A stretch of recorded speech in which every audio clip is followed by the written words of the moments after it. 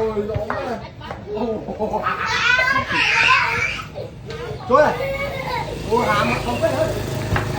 Ô anh tài dài anh gì đâu. Đấy. Đây cái lô bắt đi hết to đây có xin chúa nào, có xin chúa nhân tông. Ôi. Anh thấy bàn mình bạc. Lại ba. Chết anh phán. Chết này mà không có biết cơn mà. Không mà chết chủ luôn.